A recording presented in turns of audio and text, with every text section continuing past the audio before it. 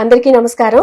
ఈరోజు చాలా చాలా చాలా సంతోషంగా ఉంది. ఇప్పుడే ఒక న్యూస్ విన్నాను. ఈ న్యూస్ విన్నారంటే ఆంధ్ర రాష్ట్ర ప్రజలందరూ కూడా ఎగిరి గంతేస్తారనమాట.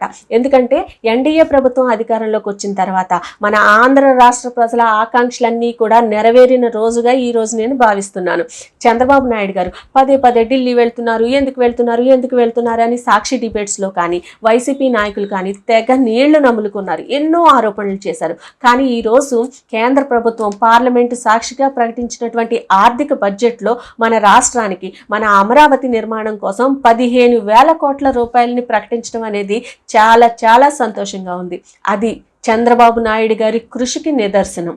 ఆయన ముఖ్యమంత్రి అయ్యి మొదటి 30 రోజుల్లోనే అసలు మన రాష్ట్ర పరిస్థితిని అంతటినీ కూడా క్షుణ్ణంగా తెలుసుకుని గత 5 ఏళ్లలో జగన్మోహన్ రెడ్డి మన రాష్ట్రాన్ని ఏ విధంగా అప్పుల కుప్పగా చేసేసాడు, పోలవరాన్ని ఏ విధంగా నాశనం చేసేసాడు, అమరావతిని ఏ విధంగా నాశనం చేసేసాడు, వ్యవస్థలన్నింటినీ కూడా ఏ విధంగా నాశనం చేసేసాడు అనేది క్షుణ్ణంగా ఆయన తెలుసుకొని రాష్ట్ర ప్రజలందరికీ కూడా తెలిసే విధంగా శ్వేతపత్రాలను రిలీజ్ చేయటమే కాకుండా కేంద్రం పెద్దల వద్ద కూడా వెళ్ళి మన రాష్ట్ర పరిస్థితి ఎంత దయనీయంగా ఉంది, ఎంత అప్పుల కుప్పగా ఉంది అని వాళ్ళకి వివరించి చెప్పడం కృషి ఫలితమే ఈరోజు మనకి బడ్జెట్.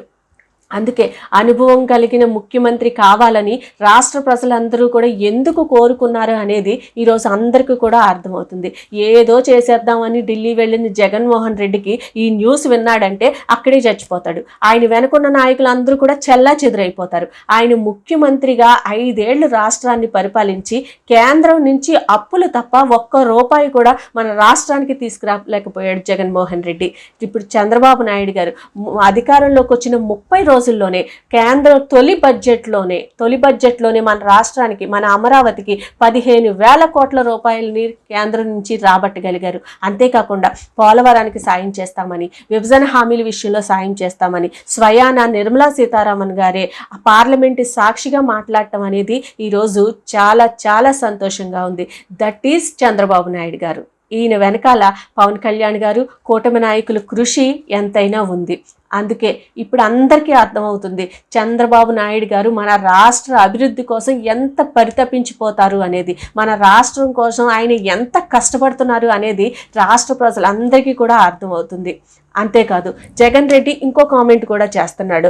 1 రోజులు కావస్తున్నా సరే ప్రభుత్వం అధికారంలోకి వచ్చి చంద్రబాబు నాయుడు గారు బడ్జెట్ ప్రవేశపెట్టలేకపోతున్నాడు అని చెప్పేసి ఈ మధ్యన జగన్ రెడ్డి మాట్లాడుతున్నాడు. ఇప్పుడు గర్వంగా చెప్తున్నాం, ఇందుకే ఈ 1 రోజుల నుంచి చంద్రబాబు నాయుడు గారు బడ్జెట్ని ప్రవేశపెట్టలేదు. కేంద్రం ఇచ్చే బడ్జెట్ని బట్టి మన బడ్జెట్ని ప్రవేశపెట్టడం కోసం ఆయన వేచి చూస్తున్నారు. తెలుసుకో జగన్ రెడ్డి, అది కూడా మినిమం సెన్స్ కూడా లేదు నీకు. ఒక మాజీ ముఖ్యమంత్రిగా ఇంత చిన్న మినిమం కామన్ సెన్స్ కూడా లేని నువ్వు ఇప్పుడు ఢిల్లీ వెళ్ళి ఏదో చేసేద్దామని అక్కడ కుప్పిగంతులేస్తున్నావు. మెదలకుండా మీరు ఢిల్లీ నుంచి రాష్ట్రానికి వచ్చేసి ఒక మూలను ఉండండి. ఎందుకంటే రాష్ట్ర ప్రజలు మీకు ప్రతిపక్ష హోదా కూడా ఇవ్వలేదు. ఇప్పుడు నువ్వు కేవలం ఒక ఎమ్మెల్యేవి మాత్రమే. ఈరోజు మన రాష్ట్ర ప్రజలందరూ కూడా చంద్రబాబు నాయుడు గారు, పవన్ కళ్యాణ్ గారి నాయకత్వాన్ని ఎందుకు కోరుకున్నారో ఇప్పటికైనా నీకు అర్థమైతే అక్కడ కుప్పిగంతులు వేయకుండా వచ్చేయండి. Thank you.